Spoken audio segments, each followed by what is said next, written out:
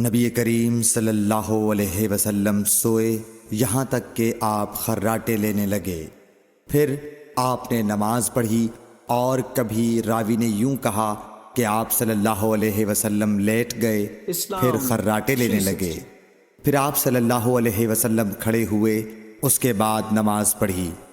پھر سفیان نے ہم سے دوسری مرتبہ، ابن عباس رضی اللہ تعالی عنہ کہتے تھے کہ ایک مرتبہ میں نے اپنی خالہ ام المومنین حضرت میمونہ کے گھر رات گزاری تو میں نے دیکھا کہ رسول اللہ صلی اللہ علیہ وسلم رات کو اٹھے۔ جب تھوڑی رات باقی رہ گئی تو آپ صلی اللہ علیہ وسلم نے اٹھ کر ایک لٹکے ہوئے مشکیزے سے ہلکا سا وضو کیا۔ عمرو اس کا ہلکا پن اور معمولی ہونا بیان کرتے تھے، اور آپ کھڑے ہو کر نماز پڑھنے لگے تو میں نے بھی اسی طرح وضو کیا جس طرح آپ صلی اللہ علیہ وسلم نے کیا تھا، پھر آ کر آپ کے بائیں طرف کھڑا ہو گیا۔ اور کبھی سفیان نے ان یسارہ کے بجائے ان شمالہ کا لفظ کہا، مطلب دونوں کا ایک ہی ہے۔ پھر آپ صلی اللہ علیہ وسلم نے مجھے پھیر لیا اور اپنی داہنی جانب کر لیا، پھر نماز پڑھی جس قدر اللہ کو منظور تھا، پھر آپ لیٹ گئے اور سو گئے حتیٰ کہ خراٹوں کی آواز آنے لگی۔ پھر آپ کی خدمت میں مؤذن حاضر ہوا اور اس نے آپ کو نماز کی اطلاع دی۔ آپ صلی اللہ علیہ وسلم اس کے ساتھ نماز کے لیے تشریف لے گئے، پھر آپ نے نماز پڑھی اور وضو نہیں کیا۔ سفیان کہتے ہیں کہ ہم نے عمروں سے کہا، کچھ لوگ کہتے ہیں کہ رسول اللہ صلی اللہ علیہ وسلم کی آنکھیں سوتی تھیں، دل نہیں سوتا تھا۔ عمروں نے کہا، میں نے عبید بن عمیر سے سنا، وہ کہتے تھے کہ انبیاء علیہ السلام کے خواب بھی وہی ہوتے ہیں۔ پھر قرآن کی یہ آیت پڑھی، میں خواب میں دیکھتا ہوں کہ میں تجھے ذبح کر رہا ہوں۔ صحیح بخاری حدیث نمبر 138۔ عبداللہ بن جریح نے عبداللہ بن عمر سے کہا، اے ابو عبد الرحمن، میں نے تمہیں 4 ایسے کام کرتے ہوئے دیکھا ہے جنہیں تمہارے ساتھیوں کو کرتے ہوئے نہیں دیکھا۔ وہ کہنے لگے، اے ابن جریح وہ کیا ہیں؟ ابن جریح نے کہا کہ میں نے طواف کے وقت آپ کو دیکھا کہ 2 یمانی رکنوں کے سوا کسی اور رکن کو آپ نہیں چھوتے ہو۔ دوسرے میں نے آپ کو سبتی جوتے پہنے ہوئے دیکھا، اور تیسرے میں نے دیکھا کہ آپ زرد رنگ استعمال کرتے ہو، اور چوتھی بات میں نے یہ دیکھی کہ جب آپ مکے میں تھے لوگ ذی الحج کا چاند دیکھ کر لبیک پکارنے لگتے ہیں اور حج کا احرام باندھ لیتے ہیں، اور آپ 8ویں تاریخ تک احرام نہیں باندھتے۔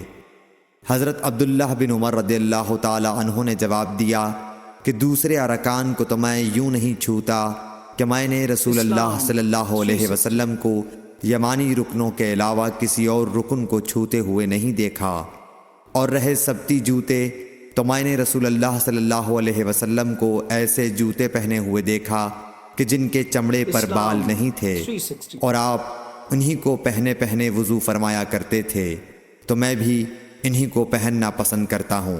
اور زرد رنگ کی یہ بات ہے کہ میں نے رسول اللہ صلی اللہ علیہ وسلم کو زرد رنگ رنگتے ہوئے دیکھا ہے، تو میں بھی اسی رنگ سے رنگنا پسند کرتا ہوں۔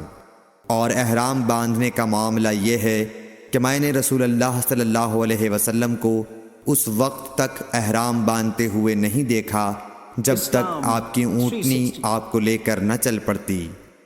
صحیح بخاری حدیث نمبر 166۔ عبداللہ بن عباس رضی اللہ تعالی عنہ نے رات رسول کریم صلی اللہ علیہ وسلم کی زوجہ مطہرہ اور اپنی خالہ میمونہ رضی اللہ عنہا کے گھر میں گزاری۔ وہ فرماتے ہیں کہ میں تکیے کے عرض یعنی گوشے کی طرف لیٹ گیا، اور رسول کریم صلی اللہ علیہ وسلم اور آپ کی اہلیہ نے معمول کے مطابق تکیے کی لمبائی پر سر رکھ کر آرام فرمایا۔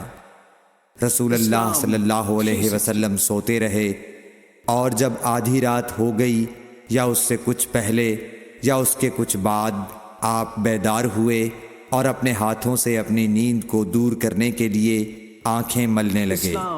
پھر آپ نے سورہ آل عمران کی آخری 10 آیتیں پڑھیں، پھر ایک مشکیزے کے پاس جو چھت میں لٹکا ہوا تھا آپ کھڑے ہو گئے اور اس سے وضو کیا، خوب اچھی طرح، پھر کھڑے ہو کر نماز پڑھنے لگے۔ ابن عباس رضی اللہ تعالیٰ عنہ کہتے ہیں میں نے بھی کھڑے ہو کر اسی طرح کیا جس طرح آپ نے وضو کیا تھا، پھر جا کر میں بھی آپ کے پہلو مبارک میں کھڑا ہو گیا۔ آپ نے اپنا داہنا ہاتھ میرے سر پر رکھا اور میرا دایاں کان پکڑ کر اسے مروڑنے لگے۔ پھر آپ نے 2 رکعتیں پڑھیں، اس کے بعد پھر 2 رکعتیں پڑھیں، پھر 2 رکعتیں پڑھیں، پھر 2 رکعتیں پڑھیں، پھر 2 رکعتیں پڑھیں، پھر 2 رکعتیں پڑھ کر اس کے بعد آپ نے وتر پڑھا اور لیٹ گئے۔ پھر جب مؤذن آپ کے پاس آیا تو آپ نے اٹھ کر 2 رکعت معمولی طور پر پڑھیں، پھر باہر تشریف لا کر صبح کی نماز پڑھی۔ صحیح بخاری حدیث نمبر 183۔